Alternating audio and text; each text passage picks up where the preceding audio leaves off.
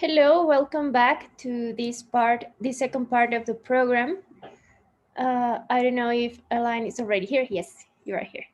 So, if you wish, we can continue with Dr. Yvonne Lona's conference. She is going to speak about the interchanges that she has had with University of Glasgow and a lot of experience inside the classroom about museology. Yvonne, thank you very much for being here, and we wait for you to start your conference. Thank you. Thanks to you, Sikaru. Hi, good afternoon. Hi, Alan. Nice to meet you. Well, good afternoon. I'm the Dr. Yvonne Lona. I'm full-time professor of the Art Department at the Universidad Iberoamericana. And I would like to share with you, I would like to share with you my art education experiences with the University of Glasgow. Since April 2018 to this date, I've been collaborated with the School of Education of the University of Glasgow, especially with the academic programs Museum Heritage and Education Studies International Master and the Erasmus Mundus Joint Master's Degree Children's Literature, Media and Culture. We have had one activity per year. In 2018, I talked with the students of the master's degree Children's Literature, Media and Culture about Mexican graphic narrative in books for young people, the nature of the graphic design in my country, full of creativity, but with a deep root of social demand, has been created for graphic designers who realizes two kinds of images, to live and to demand justice. A lot of social problems has been translated to graphic that we can see in posters or books, products of design, but the images created to demand better conditions to live in Mexico, we can see them in social media, graffiti, simple papers around the streets, or stickers. My experience with international students gave me another perspective of social demands because I discovered that not only in Mexico, we have several problems of justice in different ways, like migration, religion, racial, ethnic, sexual preferences, geopolitical differences, only to mention a few of them. With the international master degree students, I can talk and share experiences from the literature to benefit the young people because it's the seed of the societies. In that moment, I knew a project by the Dr. Evelyn Arispe and another Glasgow professors, the Young Writers and Illustrators Society, who collaborated with me in Mexico. Now I want, in October 2018, I was curator and coordinator of Layout Mexico, Design Narratives. This was a scholar project realized into a full year with the support of bachelor and master degree students. The students who participated in this exhibition supported the design of the exhibition, selecting artists and designers, the museography, the communication, the social media resources. In our academic programs, we consider very important to involve the students in real cultural projects because it's a kind of learning near to the reality, and our students in a project like this can interact with the press.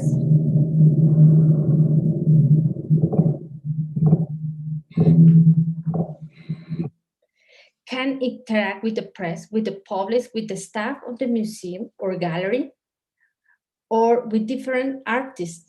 The students learn different ways to act and solve problems. This is a little bit of the exhibition.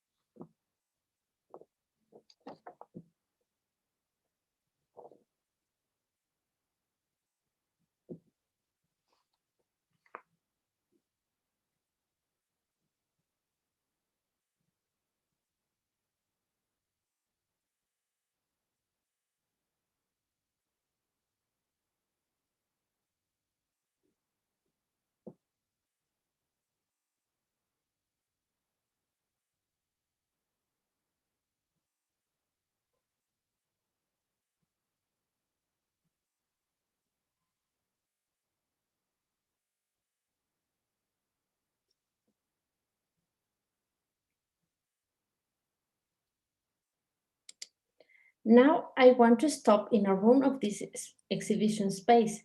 This room was the space for the Young Writers and Illustrators Society. You can see picture books designed, illustrated by children who arrived to Glasgow from Egypt or Syria, and the literature let them express their new reality in a different place than their birthplace. The kids in a short time in UK live the xenophobia. Their families have legal residences, but to be in the same place with people with different language, racial characteristics, and traditions was a shock for everyone. And the kids, guided by the Dr. Arisbe and her university partners, helped to the kids to understand the new context, to face their fears, and to express through the literature, design picture books, and show them in a small gallery in Glasgow. You can see the books created by the Young Writers and Illustrators Society in the exhibition that I curated, Layout Mexico.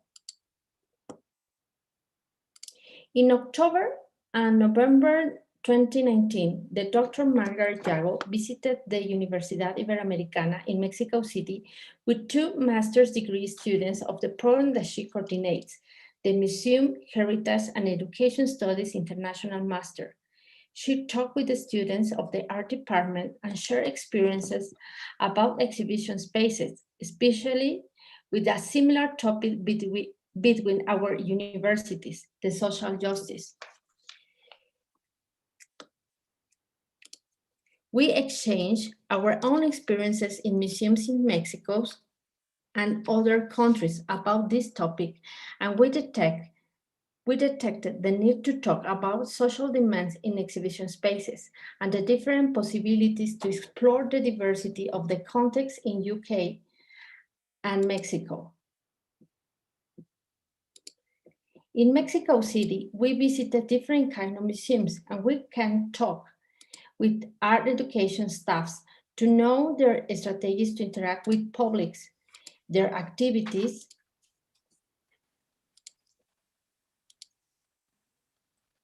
the objectives of their own education program, the physical resources to act with different publics, divided in ages and topics.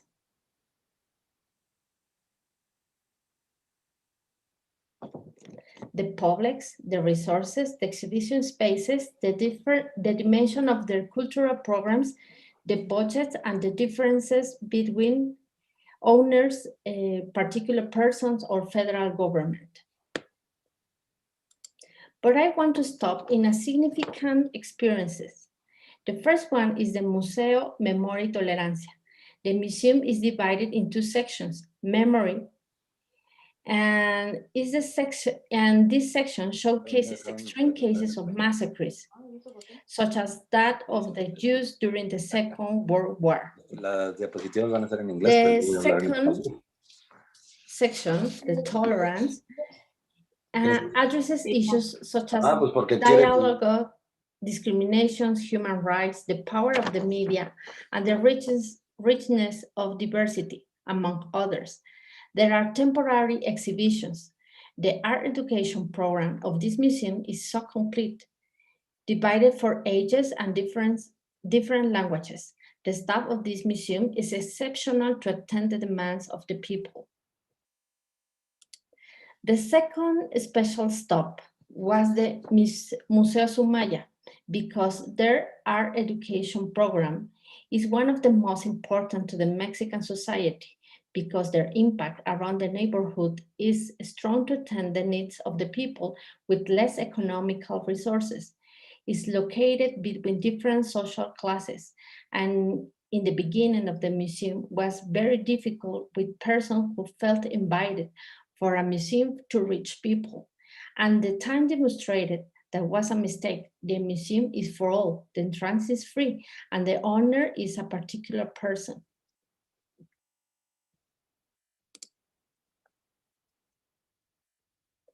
Then we went to Oaxaca City.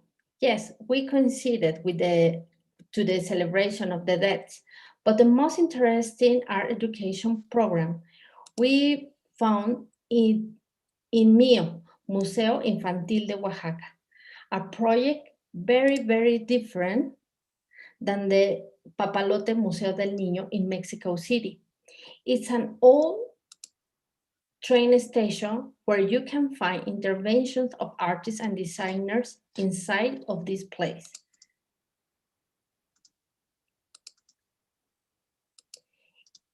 Each exhibition has a time of 6 months and is dedicated to Oaxaca artists.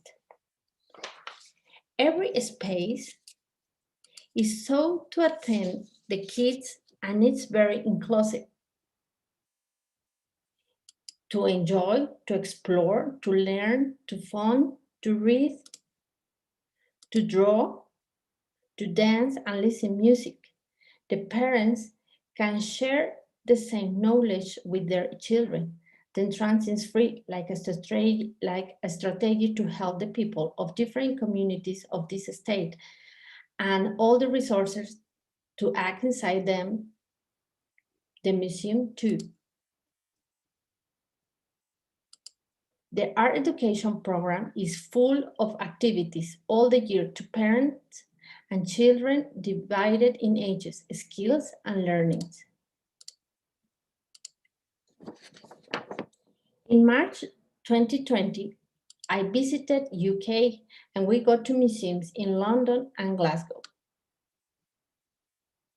I can share art education experiences with the students of Museum, Heritage, and Education Studies International Masters and with the staffs of different museums.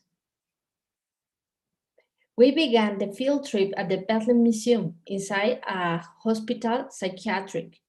Then we met the British, this is the Bethlehem Museum, and then we met the British Museum staff, especially the people who developed the digital project.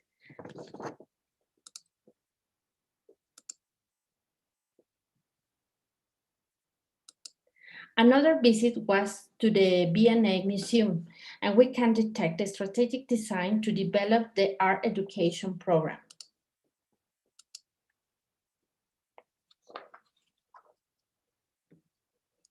But I do 2 stops.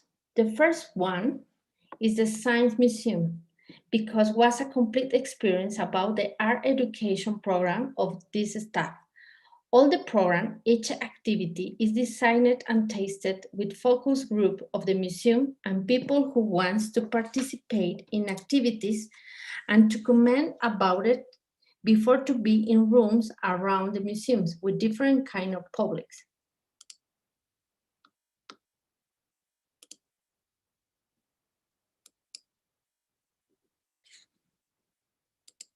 Another great art education experience was at the National Gallery because we can explore how the strategic design and the design experiences are tools to impact to the visitors, especially in young people.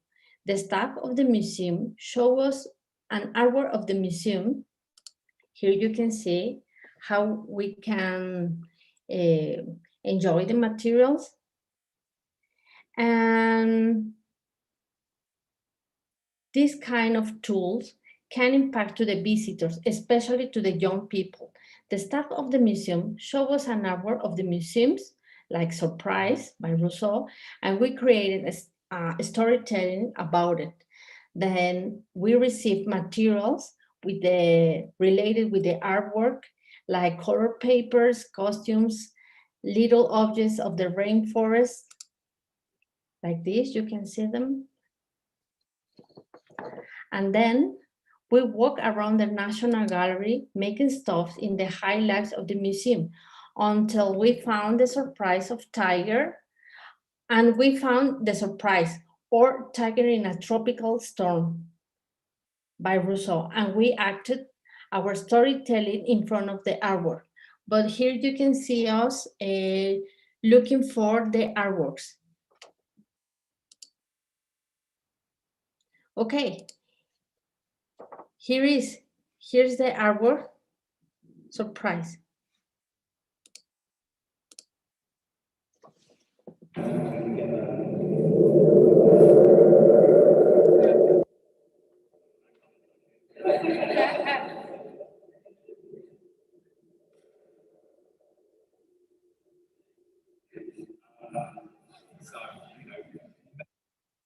That was very fun.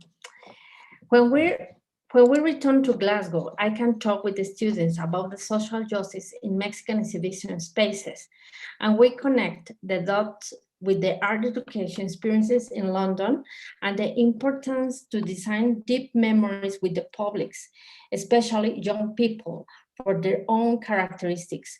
But that will be the next step to develop our own strategies, researches, and projects between the Ibero and the University of Glasgow. Thank you.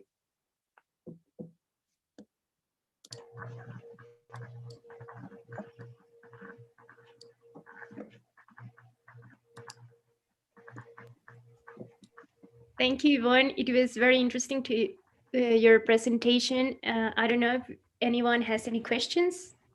Lan? I'm sure it's a good, there's a good link between this conversation, this presentation, and the next one about the publics, and especially because Anik and Jason have been working for a long time with publics and educational programs. So maybe they have questions while I think about mine. Okay.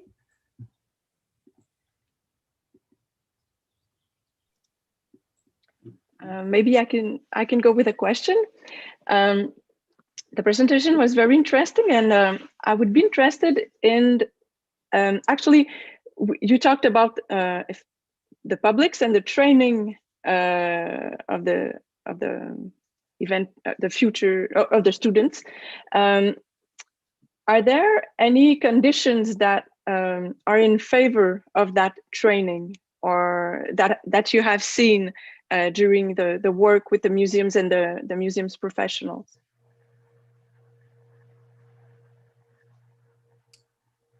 There's not a condition to participate, only be enthusiastic. But once you have participated, have you noticed some conditions that were in favor of the training of the students and the learning that they could get from that experience? Now we are preparing a summer school between the universities, and we want to share experiences with a long community of the Ibero, because the Ibero has another universities around the country and similar universities in Latin America. And in Glasgow, there's this international program has students from Europe and North America, and we are thinking make a common course, and maybe in the next summer, the Ibero will be the place to share this experience and put a project on the road. That's very stimulating, and I think that my suggestion to Alain would be that we keep in touch, actually, for more. Absolutely, yeah. Of course. I see a connection there. There's a connection there for sure. Yeah. Thank you. Yes. And Yvonne, could you find some best practices? I mean, we have lots of talleres, workshops, and we try always to reach the community. But what are the keys of the success? Is there some good practices that were common to the experiences you saw? A couple of points that makes it work, or new or innovative? One of the best practice is involve students in this kind of projects, because they can learn and they can act in the space, or talking with the artists, and it's very different think in exhibitions by the book, and is completely different talk with the artist that demands some specific points to produce an exhibition with this kind of light, this kind of spaces, this humidity characteristic, this security is very different. And I think that's the best practice of our programs, academic programs, because the students can practice acting in the exhibition space. I think is the best option, because we have a lot of mistakes, but we have good points to do a project like this. Yes, because it's 1 year that we have to think in museography, to think in the design of the exhibition, to decide colors, to design the lights, to choose artwork, or choose who will participate in a project like this. It's a full year. Mm-hmm. Yeah. Great. Is there some other questions to Yvonne for the moment? Well, I would like to ask if you have been, if you know spaces that the topic of the museum is social justice. Have you think about that? There's a few museums with this topic. How is the situation in Canada? Have you think about that? Yes, we have actually, and we will have a full seminar next year talking about memorial museums. So that's a topic concerned about that. And my general, I would say, answer to that would be that actions in the museums, like for example, public programs or exhibitions, are concerned with those aspects, and that there are a few, not to say a lot, nowadays, and we would be able to give some information about that for you if you would like that. Yeah, for example, Nick, you work with Museum of Beaux-Arts of Montreal, Bellas Artes, Museum of Bellas Artes de Montreal, and they have lots of programs to outreach communities. It can be LGBTQ, or the diversity in general. And they've been working a lot with communities for the last years. But Nick could tell more about that. But they have a community, diversity community included in the museum. So I think it's a good start. And we also have a museum in the west of Canada about human rights. Help me, because I don't know a lot about this museum. Good. Is it in Winnipeg? Yes, in Winnipeg. It was founded around human rights, and it's not a historical museum. It's really on the thematic of human rights. So it's downtown Winnipeg, but it's been through a lot of problems recently. So they named a new director less than a year ago because they had problems presenting the theme, but also they had problems with the fact that it was a museum on human rights, but they had internal problems, racism. So they're going through a hard time at that museum, but it's a very nice museum. And I think it's something nice could grow from that museum that's changing a lot. Oh, wow. Mm-hmm. Okay. Yeah. And how easy or difficult is to involve young people to visit this kind of exhibitions or museums with this topic? Is easy? Nick, you usually I'm sorry, go with, I did. Yeah. If it's easy to what? To reach the young people to visit the museum, to bring young people inside the museum.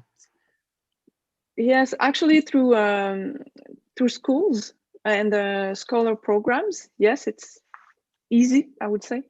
I could talk and say more about the all the aspects around the school museum collaboration, but yeah, there are public programs, but specifically for schools and for pupils that work generally quite good. Yeah.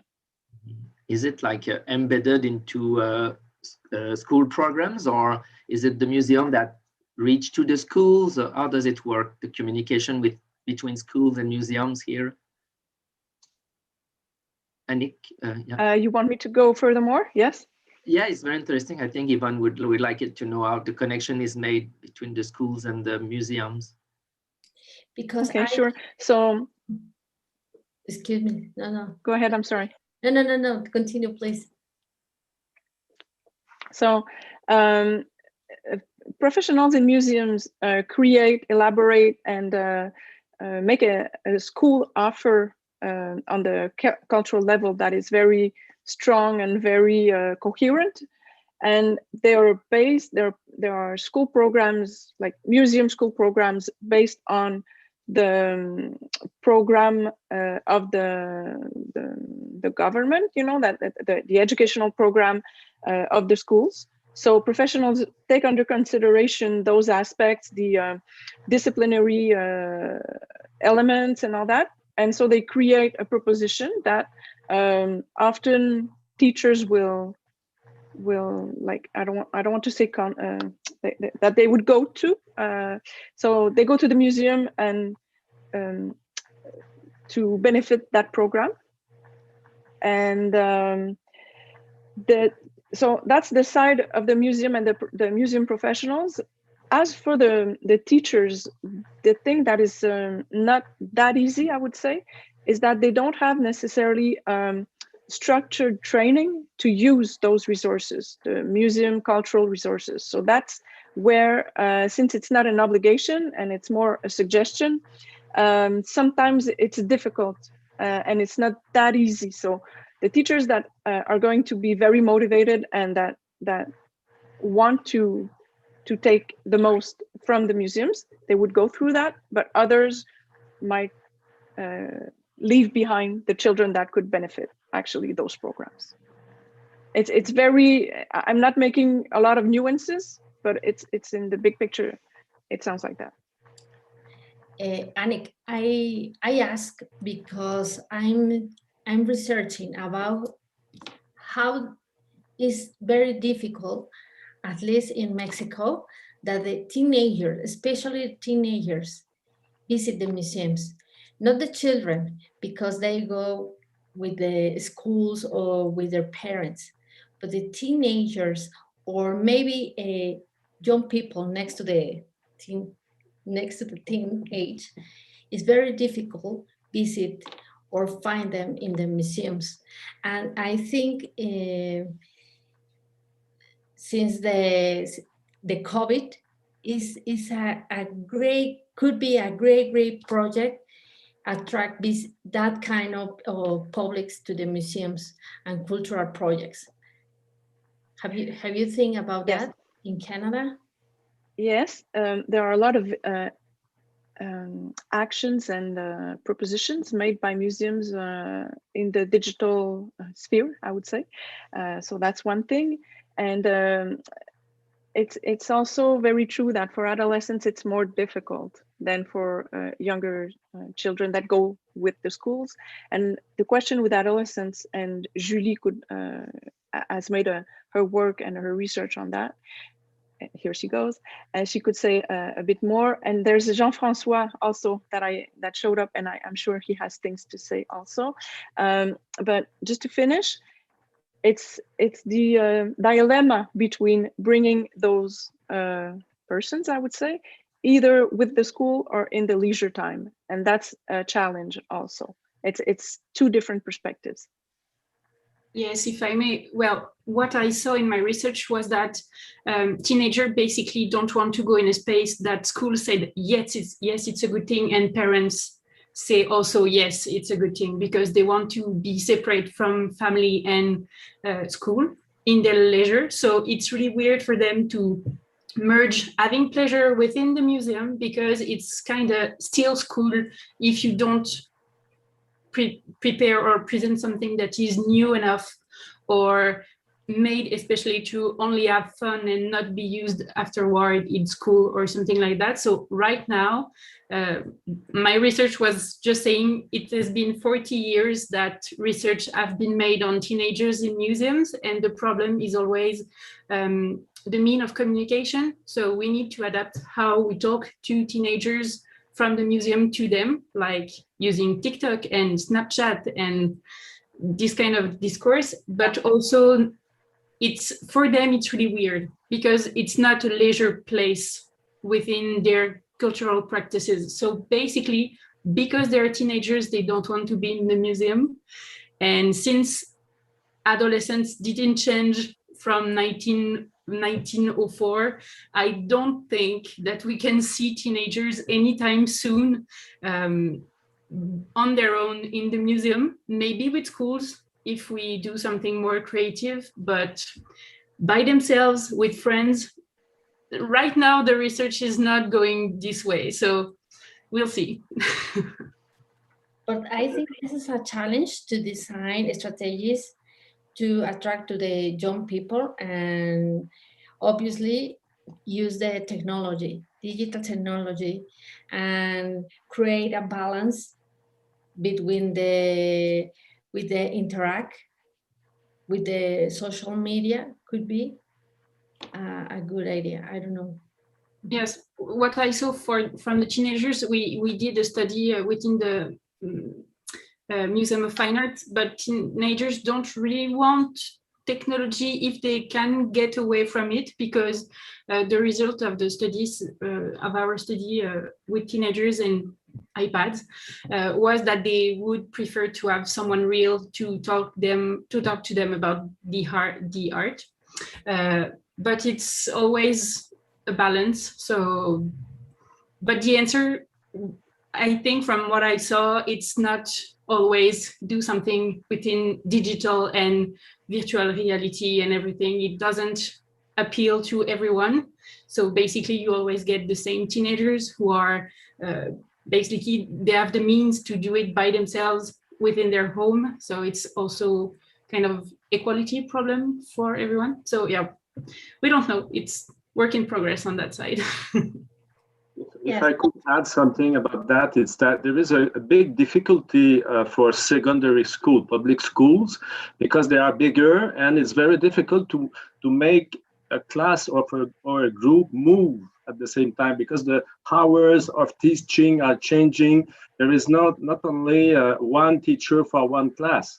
And so that's a big difficulty for that level. It's easier for private schools because they are organized more classically. And the other thing I would add is that the relationship between schools and museums are like a free market. You know, museums are offering activities, and the teachers are choosing them from their own interest or the money they can get for transportation or the things like that. And so there is not a very strong relationship between the Ministry of Education and museums. There is a lot of activities, but it's a free market. So I think we could change a little bit that relationship. It could help museum to be more a part of educative program and be in itself a non-formal way to learn, you know, what we learn at school for the future. Yes, absolutely. Yes. Everything is transformed with the past the COVID. Everything is transformed, and absolutely there's a trend to return of the analog, not only digital ways to learn. Well, thank you so much to everyone. Thank you, Yvonne. Thank you. So Alain, you want to present the next person who is going to give us a conference? Yes, so you've known already Anik and Jason, and they are here with Rodrigo. So Anik is from UQAM, Rodrigo and Jason from Université du Québec at Trois-Rivières. And it's actually Rodrigo will speak and then if the three of them will answer the questions. I think Rodrigo will present in Spanish, but with his slides in English. Is it that? Yes. That's it. Yes. Yes. But the text will be transmitted in French to the people from Quebec, and there's a Spanish version for the people in Mexico. So I don't know if you want to put it in the chat so people can download it or something afterwards, or we can send it to everybody after the We'll put it in the chat, actually. Yes. Yes. A PDF of a, yes. Great. Of the text. So and Rodrigo is from Mexico.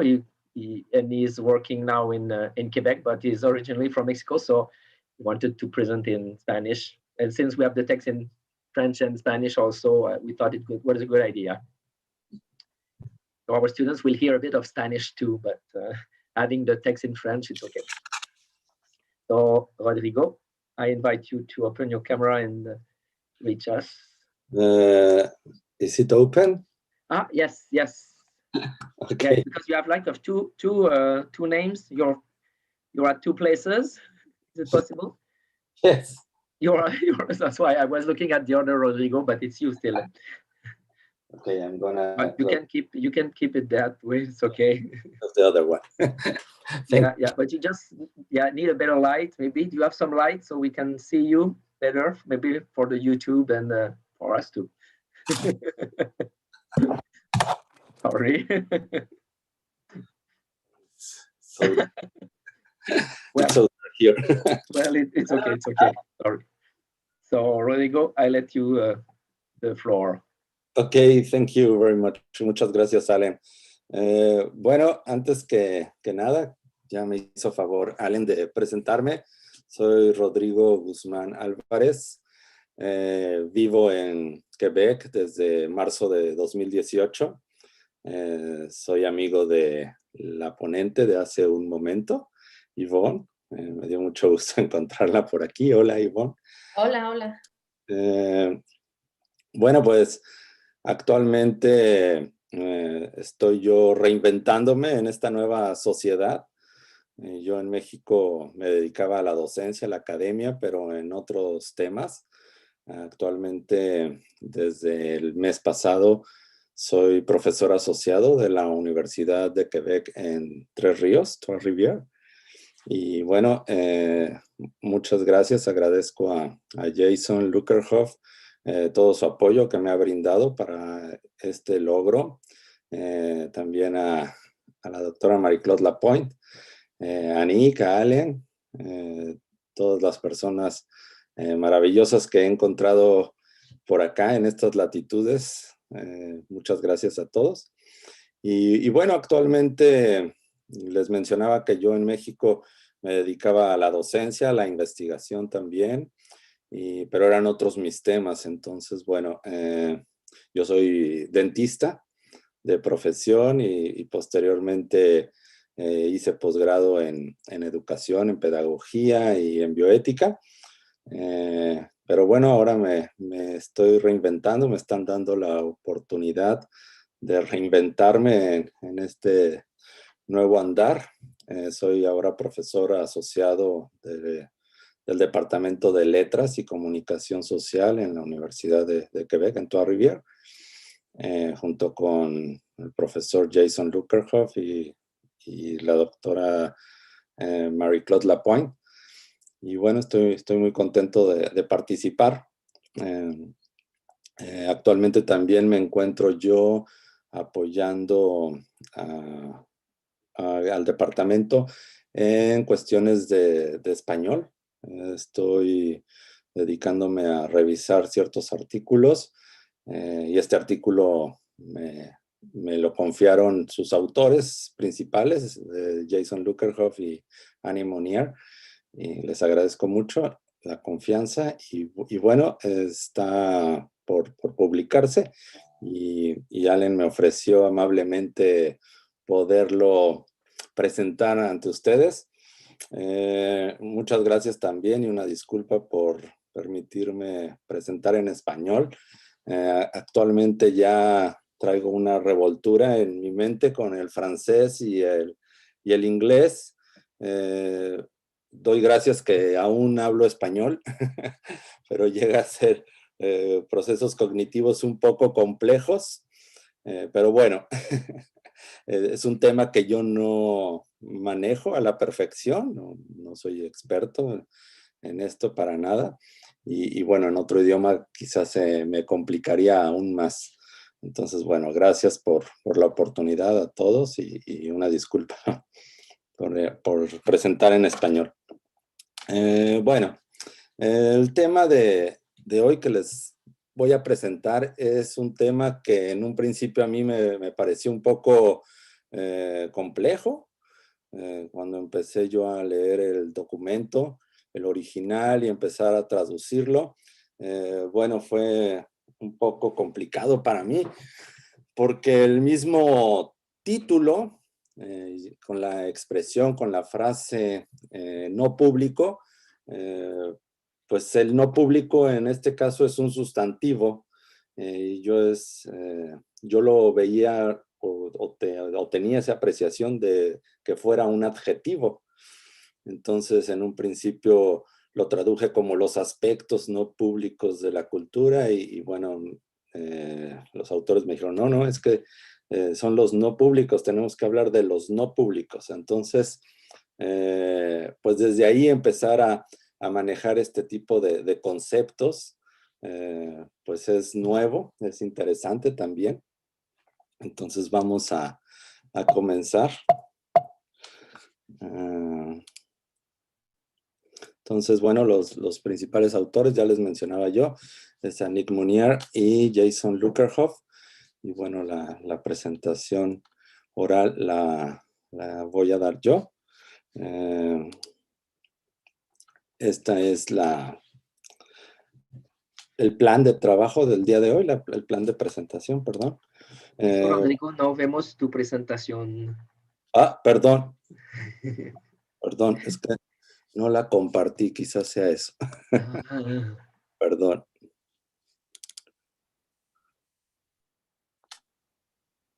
¿Ahora sí? Ahora sí, perfecto, gracias. Ok, y...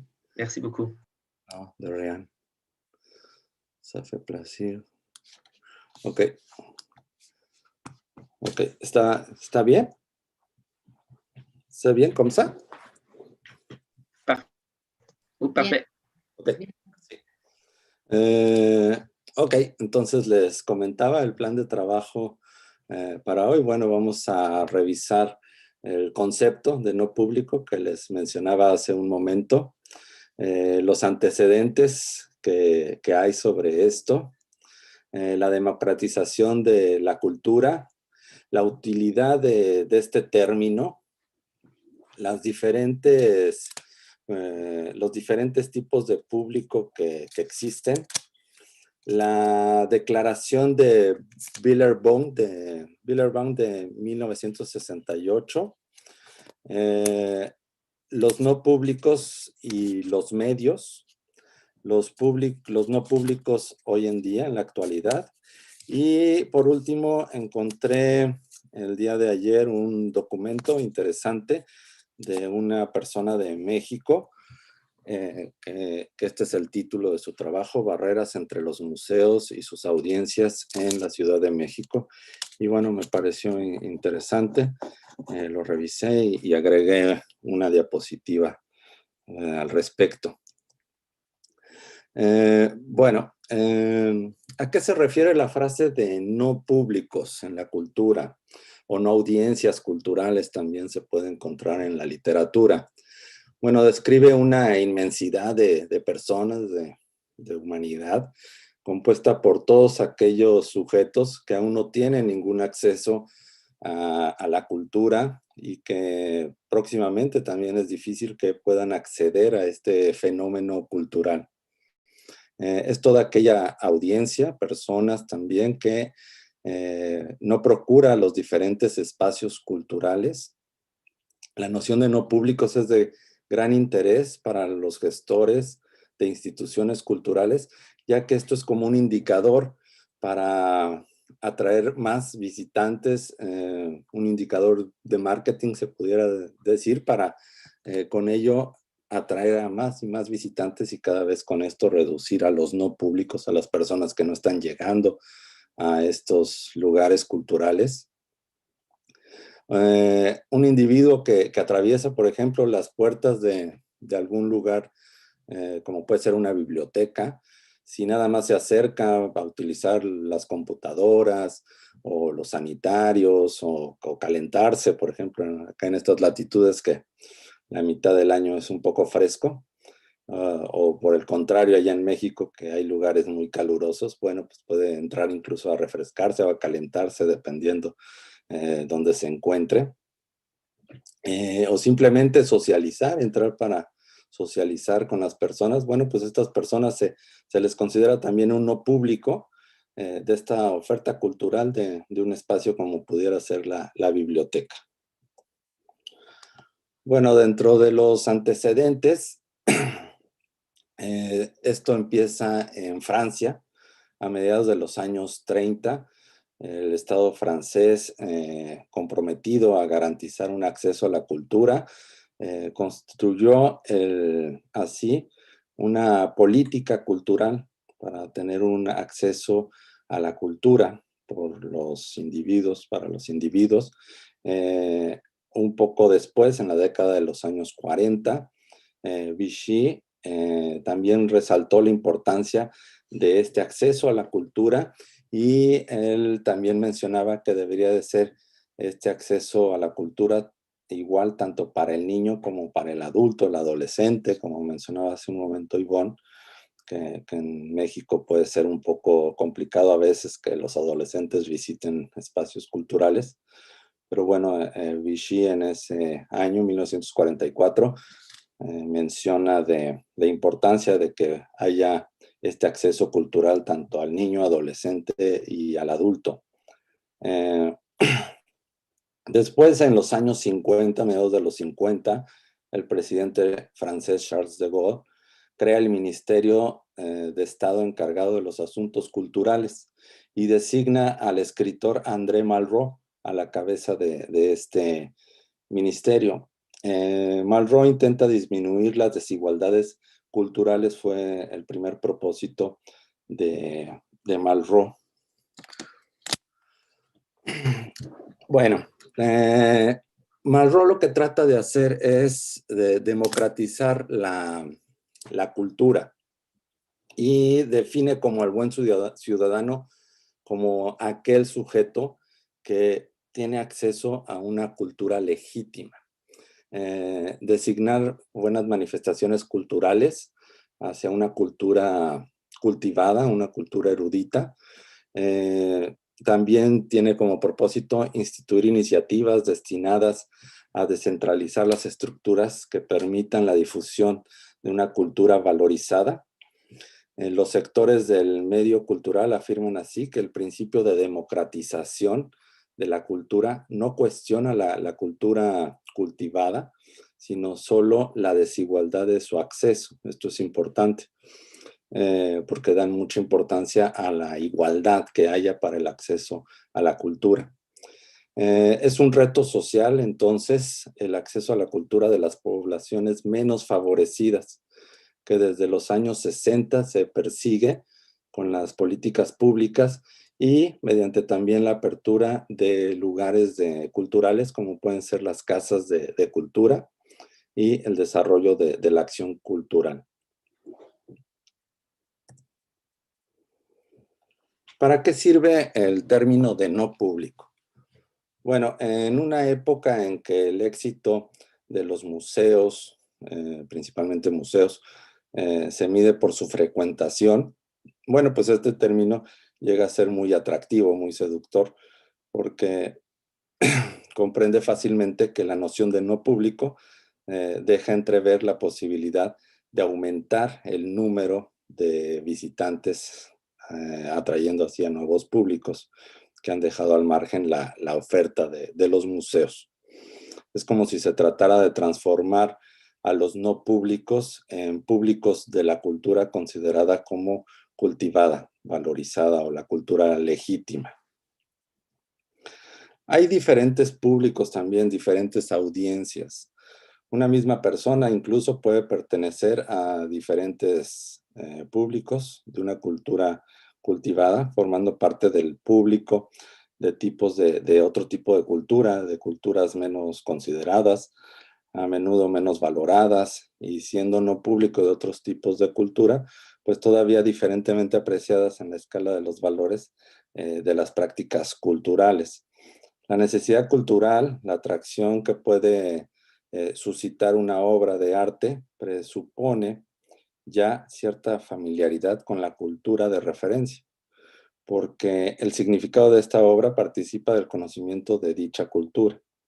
Emmanuel Etis, en 2004, menciona que sí existe una evidente indiferencia social frente a la cultura cultivada, pero los indiferentes no vienen a engrosar la fila de los no públicos. Ahora también existe el público extranjero y bueno, es el público donde está excluido de cierta forma de cultura. No puede tener acceso a los conocimientos y esquemas de pensamiento necesarios para la apreciación de una cultura cultivada de cierta región. Esto es porque acceder a la cultura supone también haber interiorizado ciertas categorías de pensamiento. Y aquí yo me identifico bastante porque pues, al llegar a este país maravilloso, pues he tratado de convivir mucho con las personas de aquí, los originarios de aquí, los canadienses, o quebequenses principalmente, porque estoy ubicado en Quebec.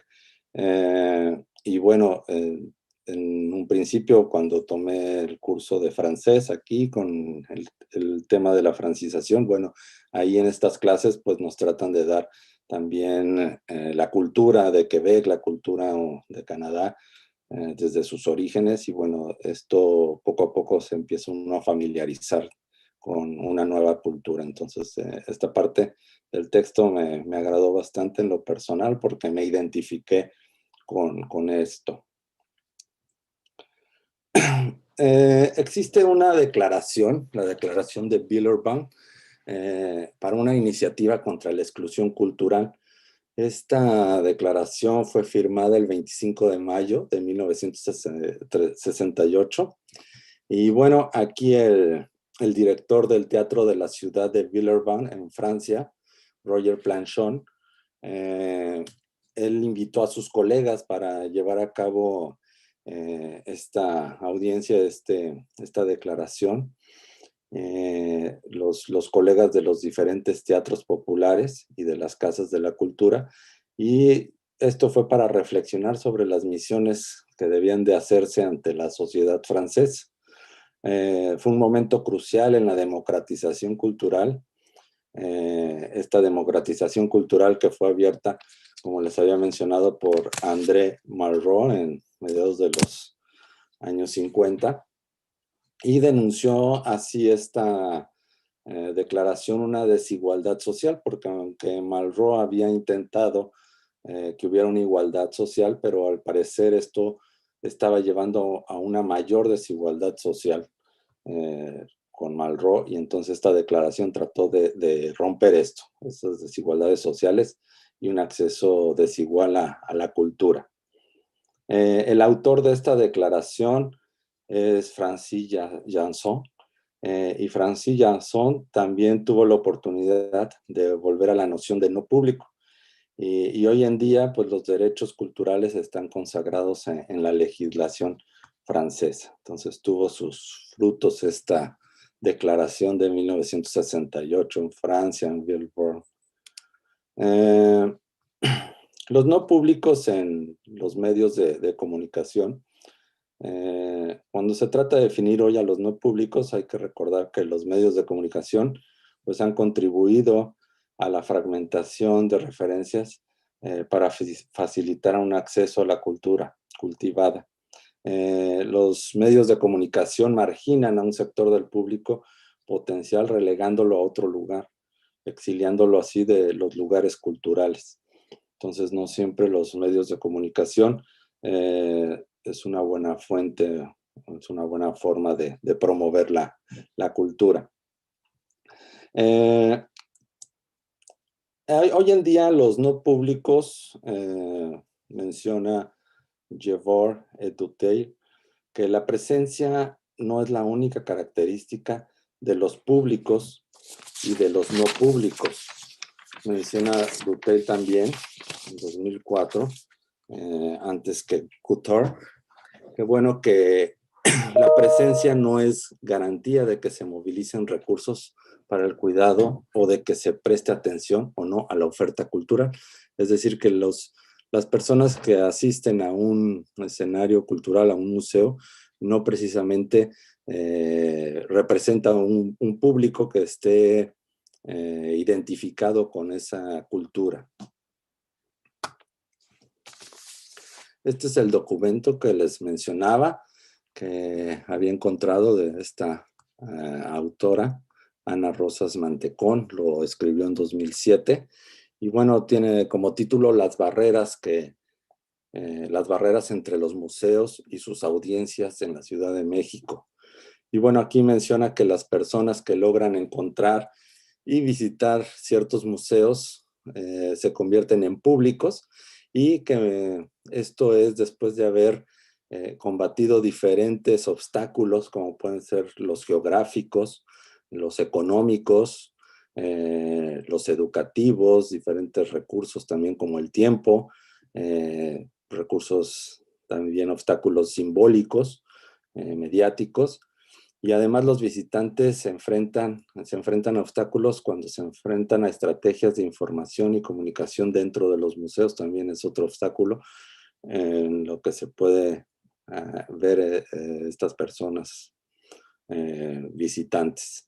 Mucha gente ni siquiera trata de averiguar sobre la oferta museística, pues porque implica una serie de obstáculos a vencer, como se menciona en el párrafo. Bueno, para concluir, Jason Lukerhoff ha estudiado la tensión entre la búsqueda de excelencia de los museos en materia de diseño de exposiciones para un público informado, cultivado y exigente. También él ha mencionado la necesidad de recurrir a mayor número de personas, de ampliar el público y educarlo así, que comience a probar el arte y entonces así quede deleitado y se convierta en un público asiduo. La democratización de los públicos es un reto social de acceso a la cultura de las poblaciones menos favorecidas. La apertura de las casas de la cultura, el desarrollo de la acción cultural, la noción de derecho a la cultura e incluso la preocupación por el no público. Y la intensificación de las prácticas es un reto comercial de rentabilización de los establecimientos públicos de la cultura, que cada vez es más necesario operar con recursos propios, en particular gracias a las entradas que se consiguen en la taquilla. Bueno, gracias por su atención. Estas son las referencias. Y eso es todo. Muchas gracias. Thank you, Rodrigo, for this great presentation. Thank you. Thank you so much. So as usually, we will take questions toward Rodrigo or Anik or Jason, who are the researchers for this work. So it's really in the following of what we've talked in El Chopo, in also Sarah with, I was thinking about the ballroom dancing in the museum. It was a great way to attract people. So for the young crowds, maybe it could be rap or something. I don't know what they listen to now. But I think there's a link between all these talks about how to attract publics and new publics and even the non-publics, which are the hardest to reach because sometimes it's hard to identify because they're not there. So I think it's very interesting. So probably there will be many questions. Don't be shy. Don't be shy. So maybe my question will be to toward Annick, Jason, and Rodrigo, but to everybody, for you, what do you think is the most difficult barrier, frontiera or barrière, we have to fight to welcome people into the museum, to welcome new public in the museums? Is it economic? Is it the view they have about the museum, the vision of the museum? What is it? I don't know, depending the place. For example, in Mexico City is difficult because the distances, the time, the economic resources, many things is more difficult there than the other places. Just is depending the place, depending the time too. So I don't know. That's my the thing I think. Yeah. What? And Jason, you think the same?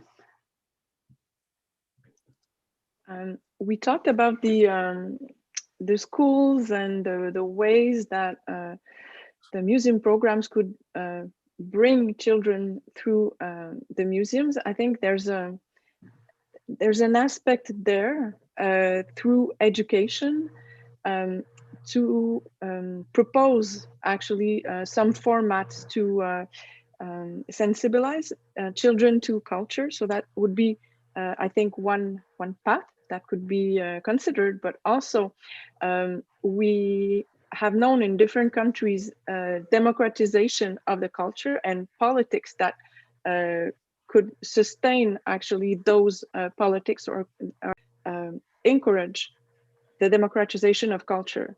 That's a very interesting aspect, but researchers tend to demonstrate now that all those politics and all those efforts were not useless completely, but were not as they were very ambitious at the start, from the start, but the results are not as great as the intentions were. So there's an ambiguity there about all the politics and all the efforts that were made to democratize the culture by museums or by other means that is not as successful, we could say. So this aspect is a bit discouraging, but on other hands, we see that in parallel, I could say, of the democratization of culture, there's also another way of seeing culture that's more inclusive. We talked about that is redefining some identities, and that is probably, we say, popular culture, for example, and these kind of cultures or these propositions are, how can I say, are certainly going to provoke or to put another movement to that question about publics and non-publics, people having a cultural practice and people not having one. So at the beginning, we see a very big gap between public and non-public, and now there's not a mixture, but there's more ambiguity, I would say, between those two notions. So it will be interesting in a few years to see how the inclusive politics and inclusive actions bring some different views to this question. I totally agree with what Nick said. There's two things we have to look at. There's what we wanted to make accessible at first when the notion was first used, when the term was first used, and that was legitimate culture, or culture cultivée in French. As the term has been used in different projects, and as it's been used in different cultural policies, we've also seen democratization of culture becoming something else. Cultural democracy, we call it here in Canada, which is valorizing different types of culture making popular culture as important as legitimate culture. So once we don't, as a state, think that only legitimate culture has to be proposed in schools, valued, and when we consider that cultural policies not only aim at making legitimate culture accessible, well, then many things change. So at first, non-publics were only people who don't appreciate, access, or visit legitimate culture. But then as things have changed, we started seeing projects on, well, who are the non-publics of other types of culture? And well, maybe if I'm a non-public of this or that institution, I might be a public of another type of culture. So instead of seeing non-publics as these people who generally don't have access to legitimate culture, and that's where we could see predictors of who are the non-publics. You know, the more you've been in school, the higher your revenue, the more the chances are you'll be interested in legitimate culture. Well, then things change, and we see that different people have access to different types of culture, and it's pretty rare that somebody's a non-public of everything. So you become a public of something and a non-public of some other things, and it becomes obvious that you can be a non-public at certain times in your life, certain moments in your life, and then become a public at the same time. So it kind of makes the perspective a little different for cultural policies, and it makes the perspective different for researchers. So instead of working on who are the non-publics of culture generally, or legitimate culture, well, it becomes, well, who are the non-publics for now, for this institution, sometimes for this exhibition. So we see more and more projects that aim at specific projects or specific exhibitions, and it allows to show that sometimes you'll have people who are non-publics of a museum in general, but for the blockbuster exhibition they'll have once a year, they'll be publics. And at the same time, you'll see people who are publics of that museum, but who aren't during the blockbuster exhibition, because that's not what they like. So we end up with some research projects where, for example, we see people who read a lot, they're great readers, but they don't like book fairs, because what they say is, what I like is reading. And if I go in a book fair, I'm there for conferences, I'm there for the social aspect, I'm talking to authors, but nobody's reading. And I sure won't be reading in the middle of that fair. So we end up separating the events and separating the atmosphere, the context, and the cultural practice itself. So we end up with a lot more nuance, and we end up with less very general observations where we can predict quantitatively who are non-publics. And that allows to help organizations see, well, how could we make it more interesting for this type of people at that specific moment in their life?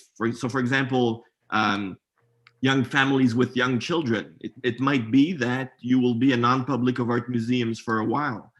Why is that? What can we do to make it accessible and to make these people feel welcome in the art museum?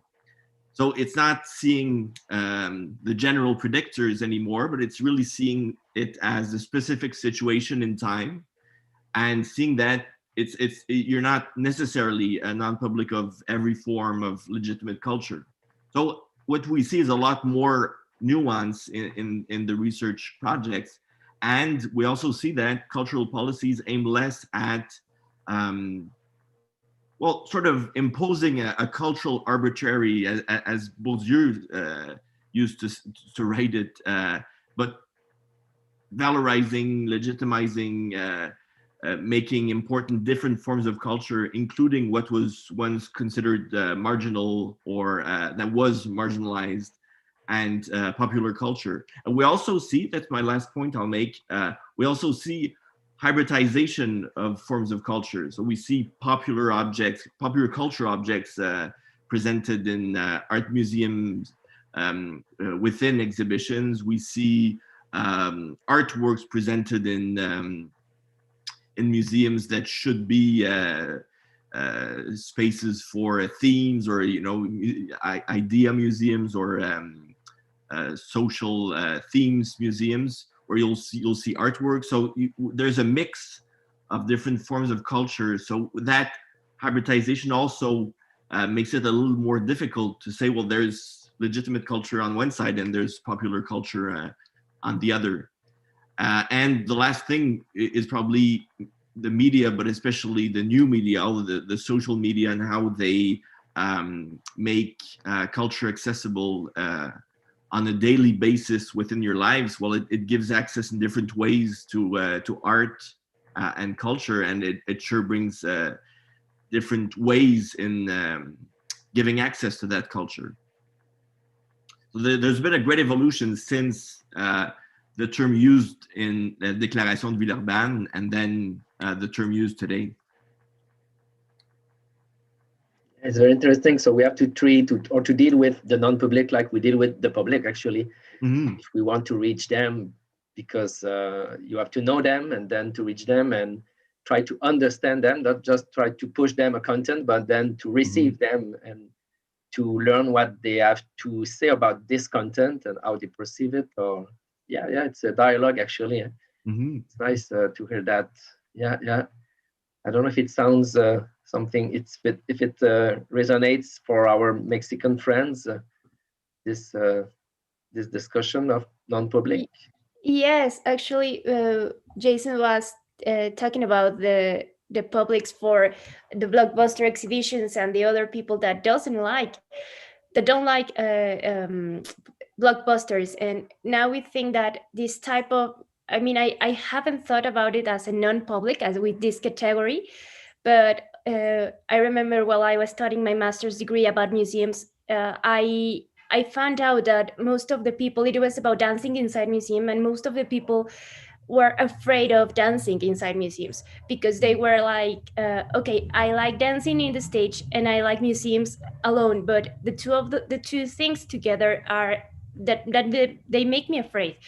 And I got a chance to have an exhibition, and I realized that if you have a curator or someone that is helping the discourse and the curatorial process between the dancer, the paintings, and the artist and the public, you have like this guide, and they can feel more welcome. But if you make them each for like separate ways, they are more uncomfortable. And I think in this type, if I have known this category of the non-public, I could have studied in my master's, because most of my public were non-public for a museum.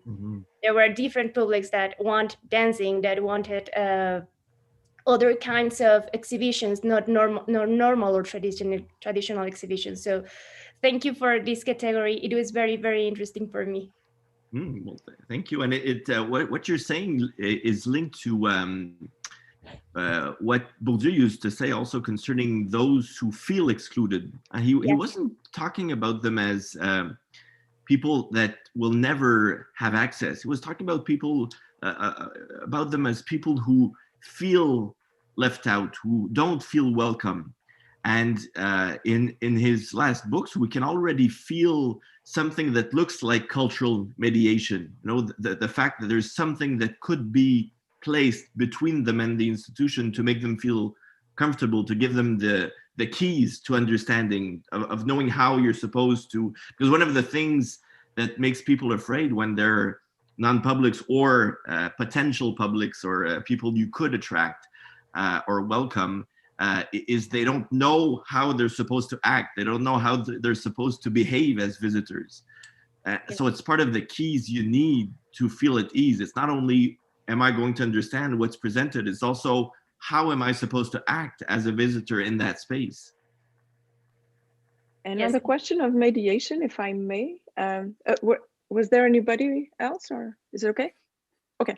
On the question of mediation, it's true that it's a way of reaching maybe the non-public through some programs that museum professionals can think of.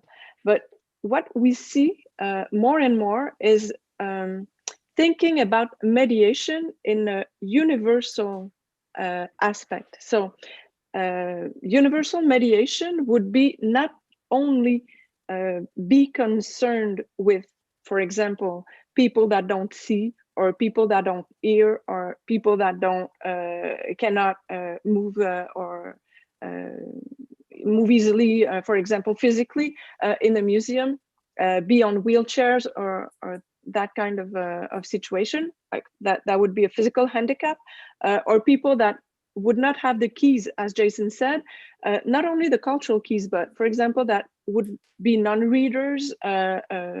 So the universal mediation is going to address every person in every aspect of their dysfunctionalities or their possibilities also. So that's a very interesting aspect. And just to give an example, in Montreal, the Museum of Contemporary Arts had an installation, dispositif, I don't know how to translate specifically, but an installation so the mediators could use that with different kind of publics. And it was the mediation through that equipment was thought to reach everybody.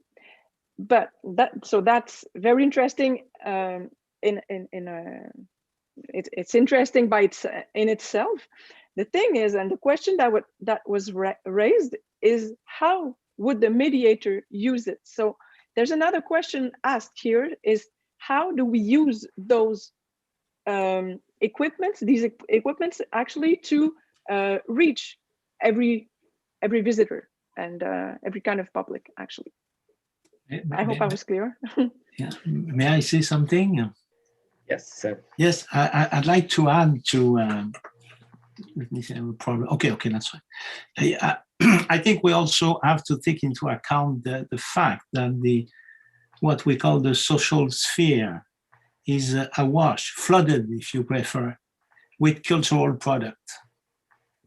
And that leads to, I would say, some kind of structural fragmentation of the public. And it's some sort of, I would say, a natural effect, if I may say so, of the necessity for our economic system to sustain cultural consumption, because cultural consumption is part of our economic setting, so to speak. And this is certainly one of the dimensions that has also to be taken into account, because every product, cultural product, so to speak, will be in competition for some sort of public to reach public and to draw as many public as possible. So that was my little point.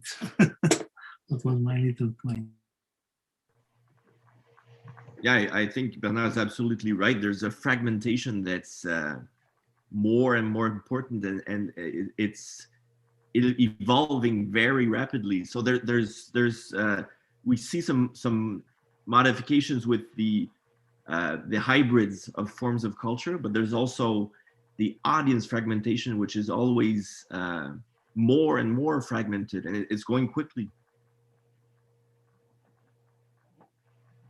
Yeah, and there's a competition with Netflix and with shopping centers and with all of that. And I think museum have to be fun. I mean, to be attractive to people, because it's their free time. So at the end of the day, people want to have fun, learn something through that. But yeah, you have to make it fun and attractive to every public, actually. Yeah. Yeah, of course. Since we have someone for Cuba, maybe, yes, Yalicel, you know Rutas y Andares in Havana. It's actually for everybody. It's in Old Havana. There is a program each summer. It's for the people of it started for the people of Old Havana, but then it attracted people from every neighborhood of Havana. And these are kind of rutas. They are like programs that you can visit some museums. And Andares, of course, it's you walk with guides through the city and with some themes, but then they bring people to the museum related to the themes they are talking about. and they go in with families, the children, father, mother, and grandparents, the parents and grandparents. And then through that, people come back every year, and they get to know all the cultural institutions in Old Havana. And it's something that works well. And because even though all these institutions were so close to the houses of the people, and Old Havana has many difficulties, as you know, people have many other concerns than going to the museum. But through this program, people started to go more to the museums, and also the culture, the Office of the Historian of Havana included lots of cultural activities. When they started to renovate the neighborhood, it was not only for the buildings, but for also renovate the culture and bring more culture. And actually, they had this discussion at some point, because they included the different kind of culture, because we were talking about legitimate culture or cultivated culture. And at some point, they decided to include a more wide range of cultural activities. So they learn through the process also, but they have many different kind of initiatives for that. So, yeah. For knowing the program Rutas y Andares, it's a sort of an education, the education of the population through culture, and they start with their own culture, as Alain just said. And so it's very interesting. It's starting to one point and getting to something else, and that's very interesting. Mm-hmm. Yeah. So is there some other question? Or we will go to the pause, the break. So Gary, we can come back at 2:30 Mexico, 3:30 Quebec. It's Yes. okay. Okay, so see you in 7 minutes. Thank you so much.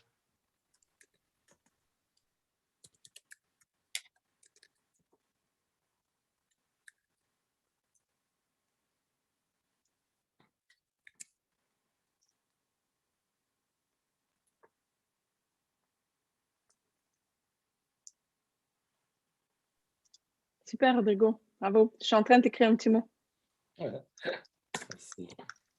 Merci beaucoup. Hey, Alain, allô? Désolé, j'avais enlevé mon...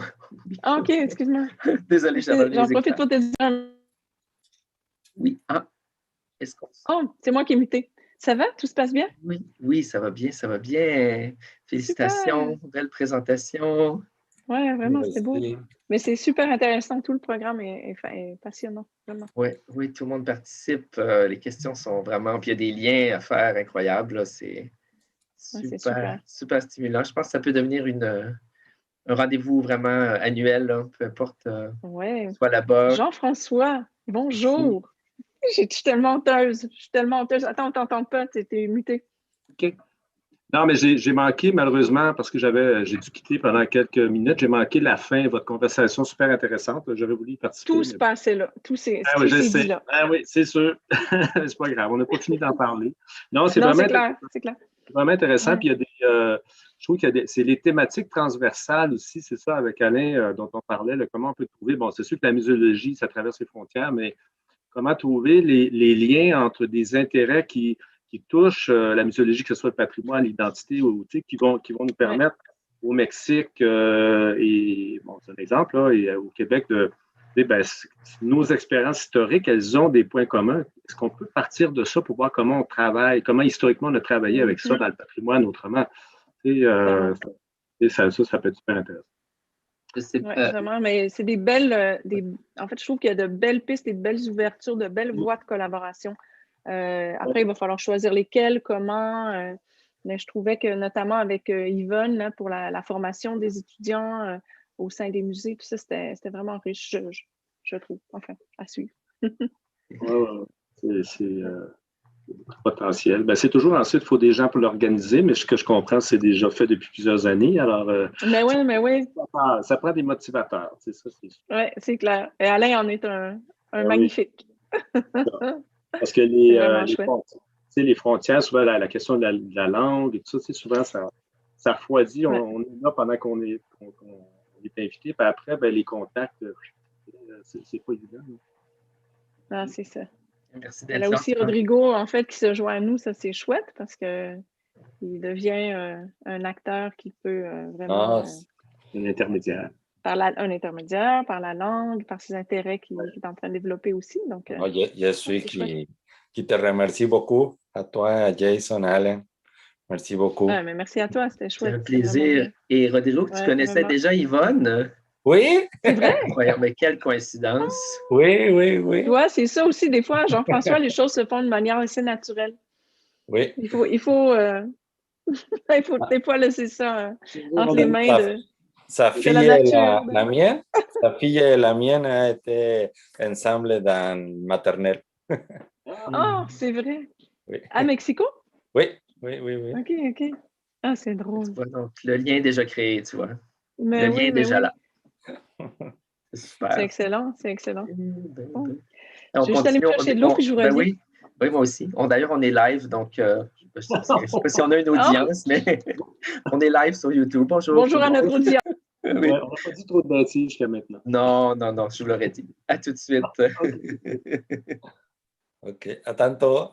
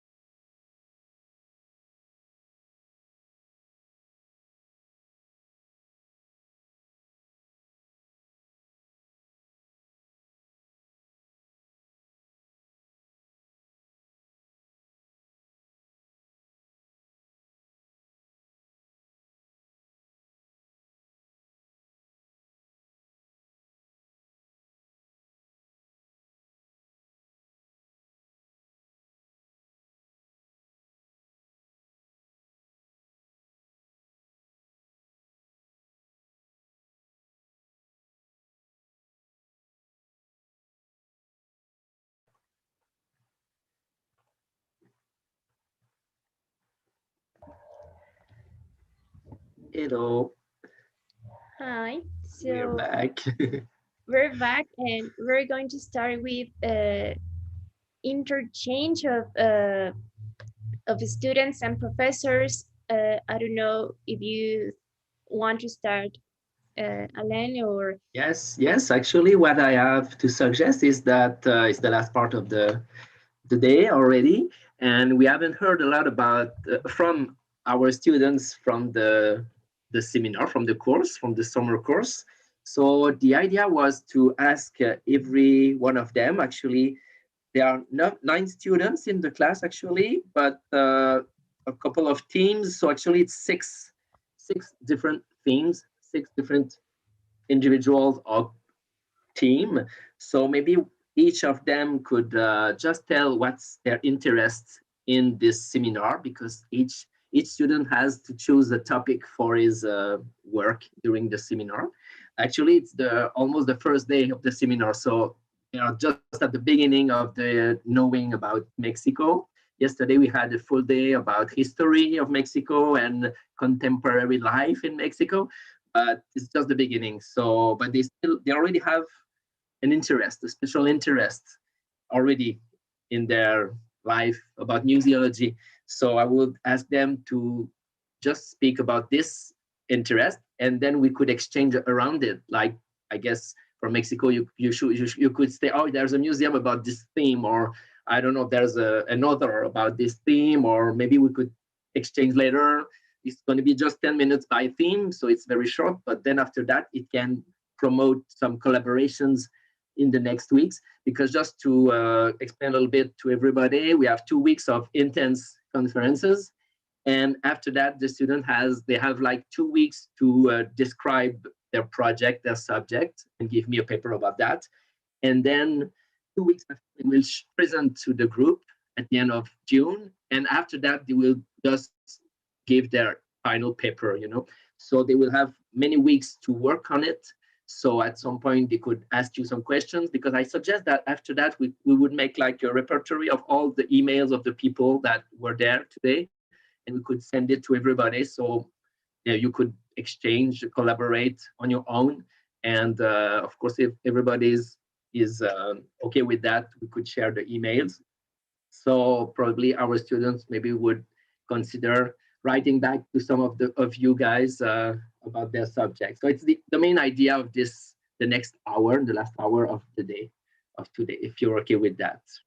Okay, so I would invite, maybe I would go with my list, because it's going to be easier for me not to forget anyone. So I would start with a team of 3 students, with Dominic, Tommy, and Maëlie. I don't know if you're prepared to just talk a little bit about what interests you in this seminar, especially. So we don't have discussed for the final subjects, but we have in common the interest of contemporary art, mediations, and yeah, maybe some other people in my team want to talk about more artists or more plays or interest global. Miley, Dominic. Hello, everybody. Yeah, our interests are basically modern art, new museologies. But I guess my field could be the folklore art, dance, music, and festivals. If we had the opportunity to discuss about those subjects, I will be like very happy. And also the cultural industry in the museums, because the last presentation, I was kind of wondering if we are talking about museums as this industry, right?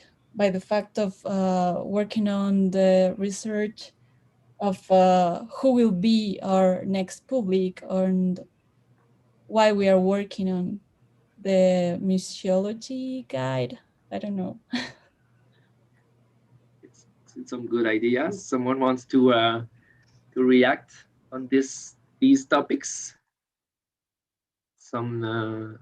It's quite large for the moment since we're just beginning, but I can see, for example, maybe I could ask people here which museum in Mexico has the best mediation programs to involve the community in their contemporary art exhibitions. And we talked about El Chopo, so maybe El Chopo is a good example that you should study about mediation and contemporary art. I don't know. I think that for contemporary art in Mexico City, the museums that are managed by the Autonomous University are a good option. Chopo is one of them, but I think that their mediation area, it's kind of weak, but it's difficult right now because of the pandemics. The universities are completely closed, so university museums are closed. But in the case of contemporary art museums, El Museo Jumex is a good option. Well, Jumex Museum is a good option. El MUAC, which is a university museum for contemporary art, which they have a lot of their mediation programs adapted to the pandemic online. So I think that you could go over there and have access to that. And also Museo Tamayo, which is a national museum for contemporary art, that could also work or give you like a spectrum of contemporary art exhibition for museums. And also these art festivals that we have just recently had, the Art Week, and we have a kind of a big art fair, which is called Sonamaco, and they also adapted a lot of their program for the pandemics. So it is also an interesting theme to research about in case of festival and cultural industries and all of this. Can you say again the name of the art fair? Sonamaco, I'm going to write it on the chat. Thank you. Thanks so much. Sonamaco Art Fair, and there are many other fairs or contemporary art fairs that happen at the same time.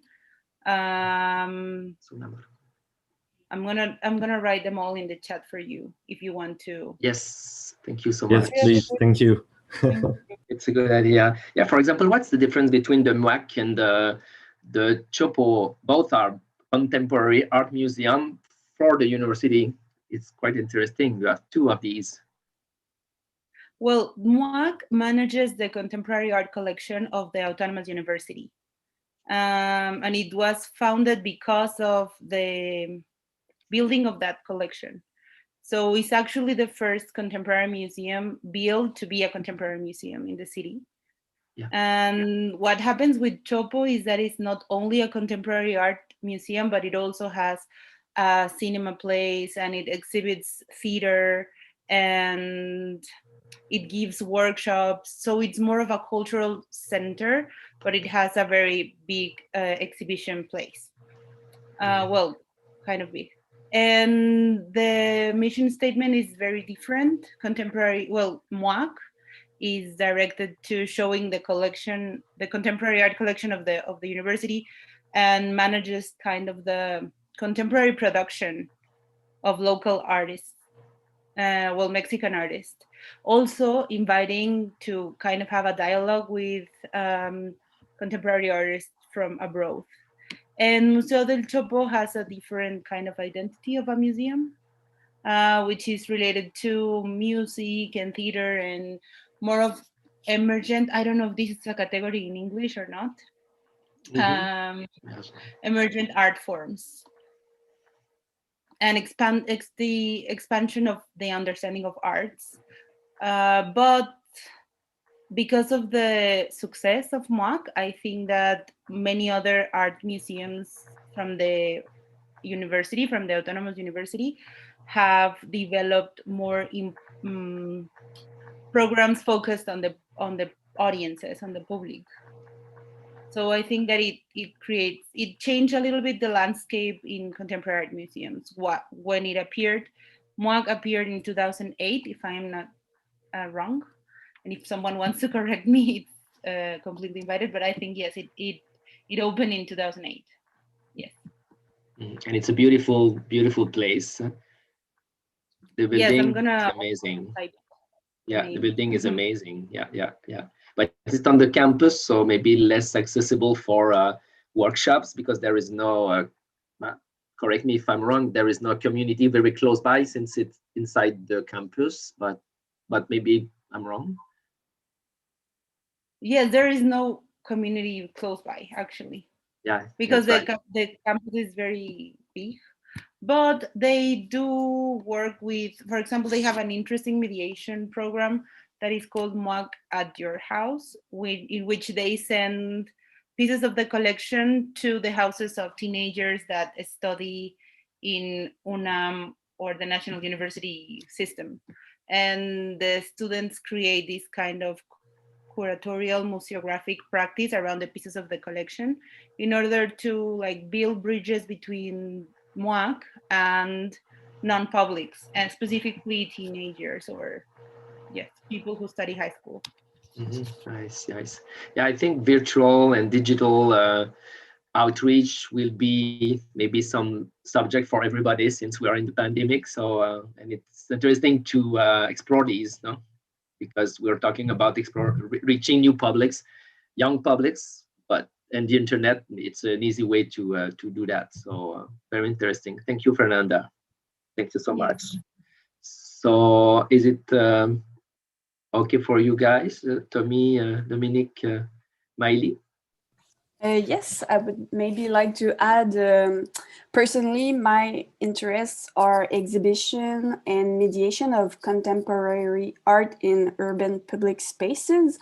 So I was wondering if there's a public program that organizes a public art exhibition in Mexico City, or maybe if there's a museum that often puts together public art interventions. Nice. Good question. I don't know if I can add about the festival that is called Mextropoli. If anyone from Mexico wants to interfere.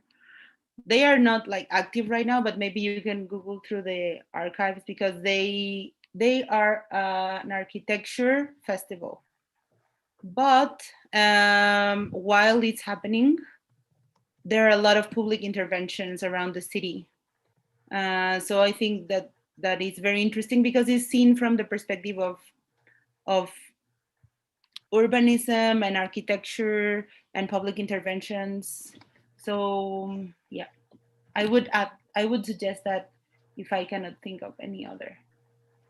I also think of the Museo de Arte Contemporáneo Ecatepec. Ecatepec is like a periphery of Mexico City, and it is a very interesting case because it doesn't even has anymore like a physical space. There isn't like a building that contains the museum, but it is a notion of the museum like expanded towards the community, and they have a lot of public, well, everything they do are like public interventions in public space. So maybe. Thank you. Can you write it down in the conversation, please? Yes, of course. Excellent. So we will go to the next subject, which is the theme of Béatrice and Cassandra. Oui, ben, je peux commencer, puis Cassandra, si tu veux ajouter, tu te lanceras. Oui. C'est bon. Donc, en fait, moi puis Cassandra, on s'intéressait à la mise en sorry. I started in French. I'm so sorry. Okay, so basically we were interested in the exhibition of contemporary art and modern art. So we thought about the artists that were working with, well, in relation with the violence against women in Mexico. So we were thinking about doing a work around those artists. So we have a little list of some names like Monica Meyer. We have also Elina Chauvet. Yes, Elina Chauvet, Teresa Serrano, and a few others. So that was our guideline for now. Starting point. Oh. Yeah.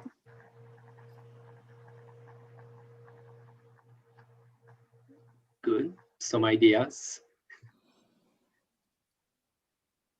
I don't know if Julia can help us with this also. Yeah. About this topic, also we talked about the Museum of Tolerancia, Museum of Tolerance. I think in that museum you won't find anything about gender studies. Maybe at MUAC there was this exhibition like a year ago about this artist. I can't remember her name, but I can search the name and email it to Ellen. But maybe in MUAC you will find some exhibitions about women. And also in Tamayo, maybe. Tamayo has had a tradition of having international exhibitions about women also. And most of the topics right now are about gender studies. So if you search in every contemporary museum, you may find something. Yes, I think of the Monica Myers exhibition in MUAC. I think it was like on 2016. I don't really remember, but it was like, how do you say, like parteaguas? Like a breaking point, I guess. Breaking point or milestone, must be breaking point. Yeah, like a breaking point in terms of feminist curatorial practices. It was the exhibition was called "If You Have Doubts, Ask Them." So it was based like on this philosophy of making everything in the exhibition like totally approachable, and also a lot of like exercises in which like the public was participant of the knowledge that was building inside the exhibition space. That's like, I think that was a very important exhibition in terms of gender studies and feminist curation. And if I can add something, I can really recommend Museo del Chopo online activities. Recently, they've had this online festival that is called Malinches. And they have, well, I'm sending you the link because it's a collaboration with a specific area of research at UNAM, the National University. And they have this, and it's currently developing. So I think that is very interesting to follow because it talks a lot about the recent feminist events in Mexico City. And so I think that you can see many of the things that are happening. The problem is that everything is in Spanish. What you can have at MUAC is that it's both in English and Spanish, the catalogs, but in Chopo, everything is in Spanish. But I think that you will get to translate using Google tools, and it can be interesting for you. Thank you so much. Is it okay, Beatrice and Cassandra? It's a good starting point. Yes, exactly. Thank you. Excellent. So then I would go with Sophie. Sophie, what's your interest? Hello. Hello, everyone. I'm interested in photography. So I would like to do my work, my research on photographic collection, Mexican photographic collection, photographic heritage, Mexican heritage. I'm not sure where to go, but I would like maybe to begin with Manuel Alvarez Bravo. His archive was listed. I don't know if the right word on the Memory of World of UNESCO in 2017.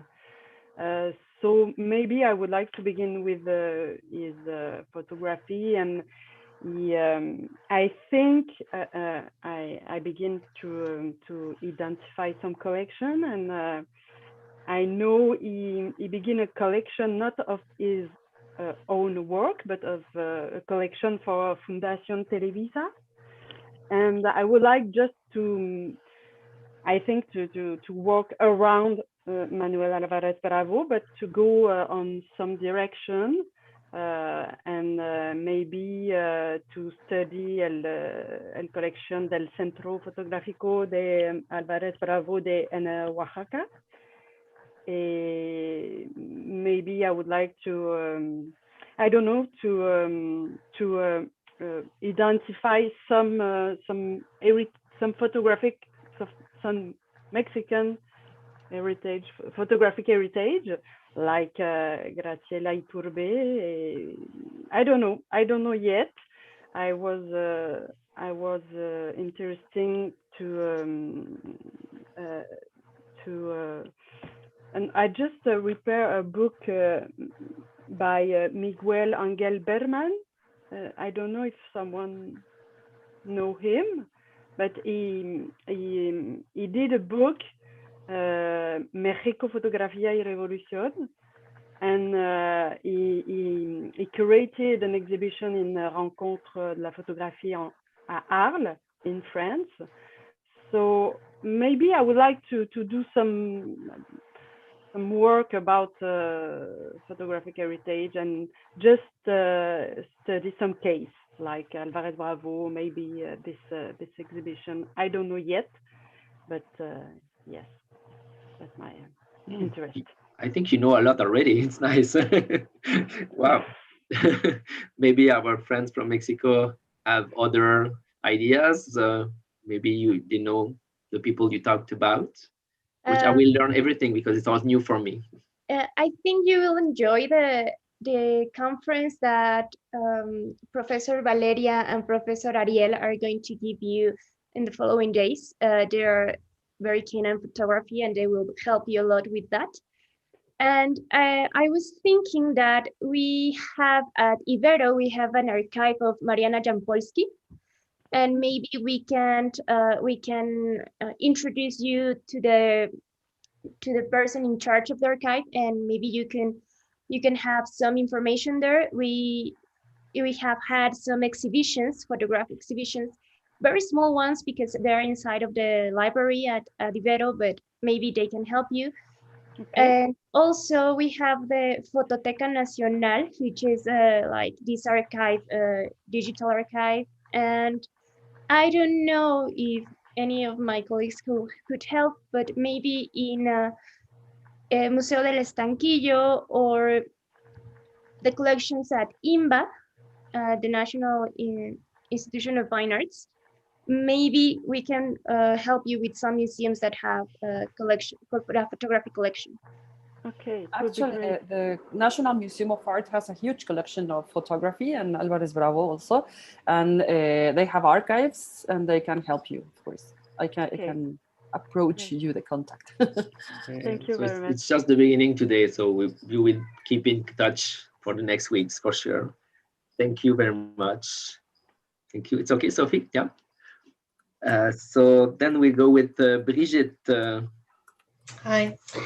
So me, I am very interested in social museology, and for the paper for this seminar, I would like to focus on the Casa del Museo, and I was curious about if this project has some repercussions on other projects in Mexico, and if it has a big impact in museology in general in Mexico.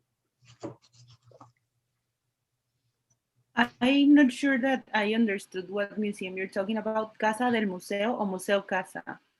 Casa del Museo. But it's a project that was in the 60s. Well, it started in the 60s, I think, and in the 70s. Yeah, and it's like Mario Vasquez who. It was between 72 and 1972 and 1980. Okay. So maybe it has been forgotten by some, but apparently it was something big, and we will have a conference about that also. Bridget wants to know if there is other museums like that. They brought like the museums in the poor neighborhoods of Mexico and did some social projects with the people there. Yeah. So maybe next year, Bridget, you can present about this topic, which is maybe not that well known in Mexico. Maybe not by the new generation. Actually. So yeah, it's interesting. The new museology. So is there someone who wants to say someone about this experience or other experiences? I'm not sure I've ever listened about that museum. Where is it in Mexico City? Because there's one space that is also called it's also called Casa, and I think that it's in Oaxaca. Okay.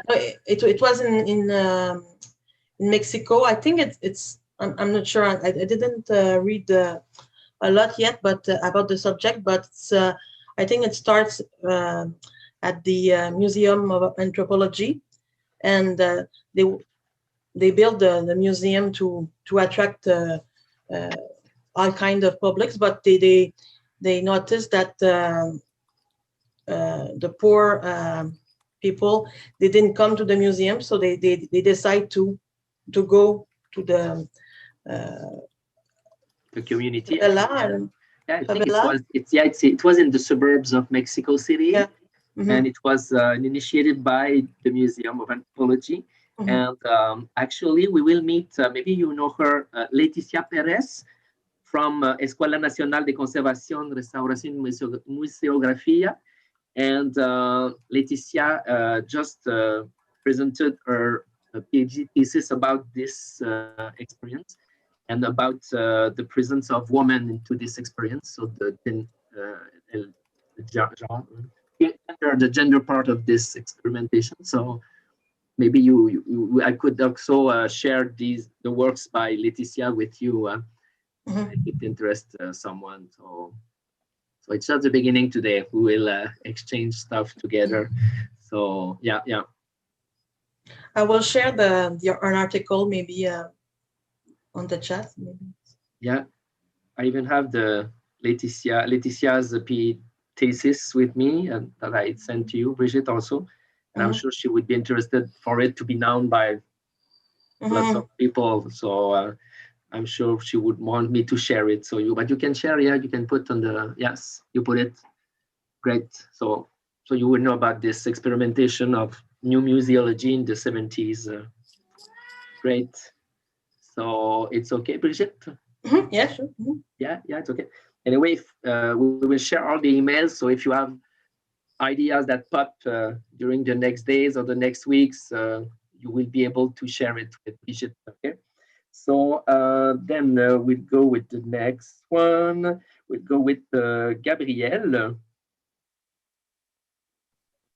Hi, everyone. Hello. So for me, I would like to explore the topic of architecture, especially as there are some interesting case studies in Mexico using a museological and historical approach. I will therefore like to investigate the trends and changes of recent years in museum architecture in Latin America, more specifically in Mexico. So all architecture can take shape as a function within museology and what it involves as a message for the museum. I think of, for example, the Museo Internacional del Barroco, sorry for, and maybe also the Museo Sumaya. So it's still draft, but I would like to have your comments on this idea.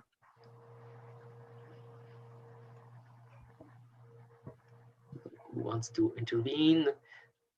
What I've saw in Mexico, there's many museums have been built or been included into old buildings, and some are new buildings for that, like anthropology museums or the new Museum of Baroque. But what do you think about these two trends, like to restore an old building, or is it better to make a new one? I think that the most interesting case might be the Museo Internacional del Barroco, because as I've heard, it's no longer working anymore. It was a huge investment. It was very, very expensive, from a very famous architect, not Mexican, and the case was very discussed within the press and also within the community of scholars. So you can find a lot of that, and it's interesting. Mm-hmm. And we will have a conference also about the topic next week. So we'll keep talking about this case and other cases.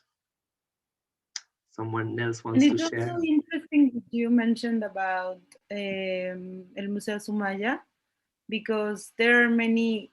It was also a very controversial architectural building, because it is placed in a very rich neighborhood.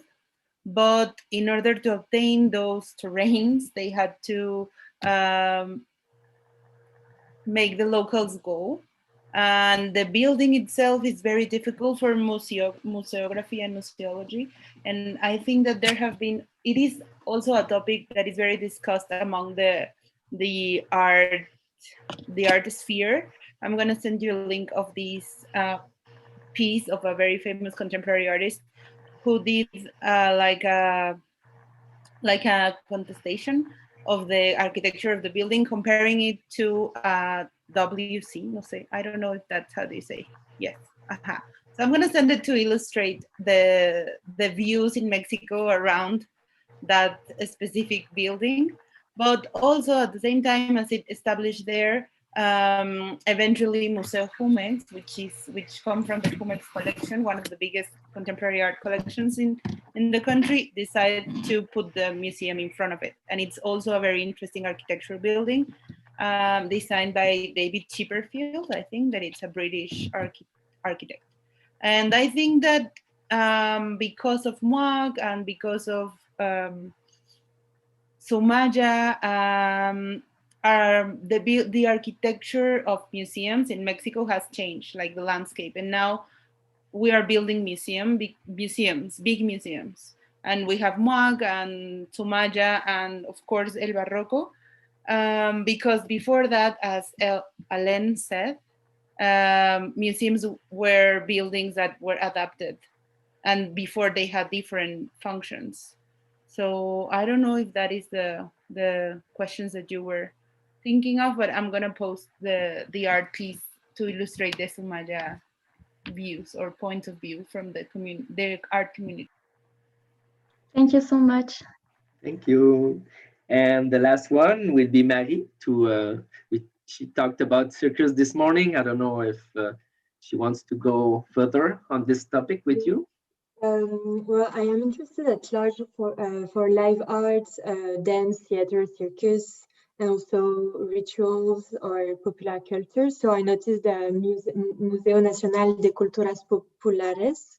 So I was wondering maybe if their collection could be interesting to have a look and maybe to see how they present the popular culture in this museum.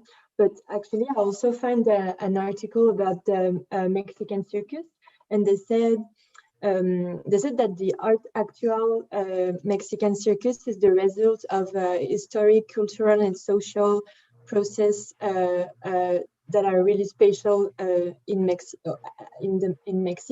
So, and as they said that the actual circus is a mix of Mesoamerican practices, colonial practices, and an independent circus really specific of the Mexico. So and also they said that the dance, the indigenous dancing maroma is I really don't know what is it, but they said that it is linked to the actual circus. So I was thinking maybe to, I don't know, to identify what kind of circus is specific of Mexico, and I feel like it could be a nice way to understand more part of the history of Mexico by this subject.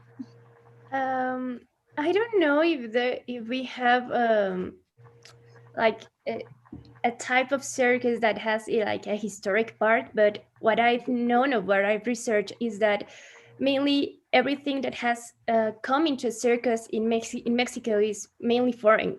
I mean, it came from France, it came from United States, and I don't really know if there was some interaction between like our previous I don't know, cultures or about the viceregal art. I don't know if there was any exchange there.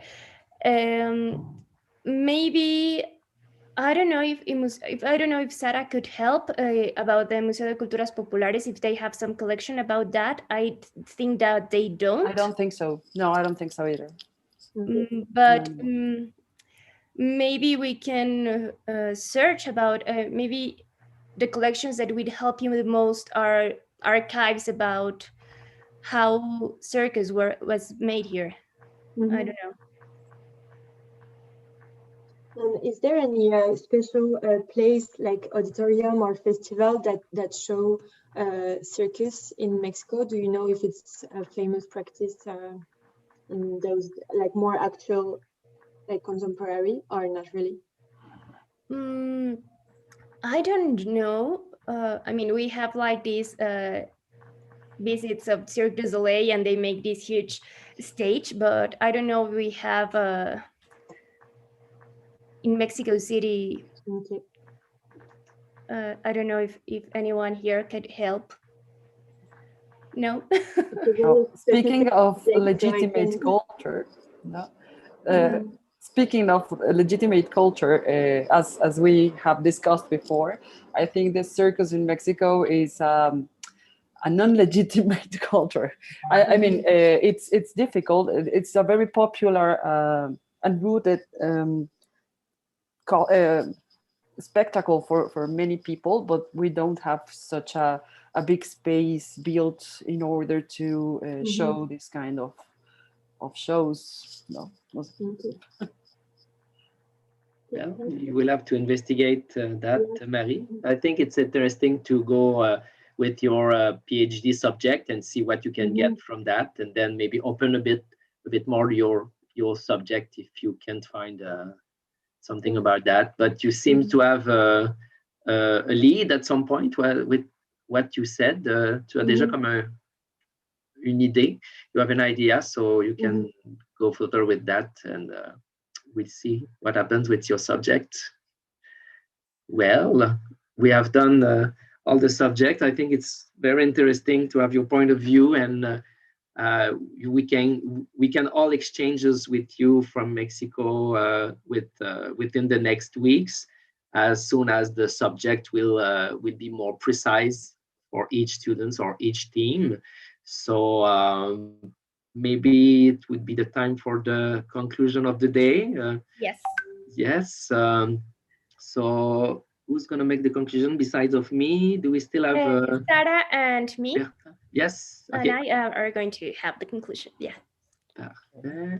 So you want to start, and we can. I can start. I mean, it's going to be short. I'm amazed by what we accomplished today, as so many subjects were touched by the conferences and then the questions. So for me, it really opened a window and even a big door on collaborations. We will keep going during the next weeks with our students. Next year, we will go in Mexico in 2022. every student here, even though they will be they will have their diploma, they won't be anymore at the university. They will be invited to come, to live the experience, to be in Mexico City. And I will be there also with a new group. So we will keep going. And yeah, so I'm full of hope that it will be the beginning of something very interesting for everybody. So thank you so much to everybody, and we keep talking. Thank you, Len. Thank you very much to all of you who have the opportunity to present your projects today. It was very interesting for me, and I really love having these conversations between two countries and two universities that have joint interests. And well, I will give the microphone to Sarah, and thank you very much, everyone. And I hope we can visit you in Quebec soon. Of course, and thank you, Sikari, for all the work you've done for this day. You've been amazing. Thank you. Thank you. Well, I'm gonna be short, but we all want to go to Quebec, so I think it has been a very productive day. I think we have found many interesting aspects in common, and that we can propose new meetings and ways of working together to benefit our students. Maybe we can think on a meeting based on topics such as identity, for example, and museums, and we can also share current and actual readings on these aspects and make a seminar, for example. I think this is great, and it was very interesting for me to listen to the interest of your students. I'm very proud of my students too. Yeah, and thank you very, very much for this initiative. Je vous remercie beaucoup. Merci, Sarah. Yeah, everybody was really, all your students are amazing, and mine too. I'm proud of them. So we keep going, exchanging over the next weeks, months, and years. So that's it. Thank you very much. Bye. Merci beaucoup à tout le monde. Merci. Merci beaucoup.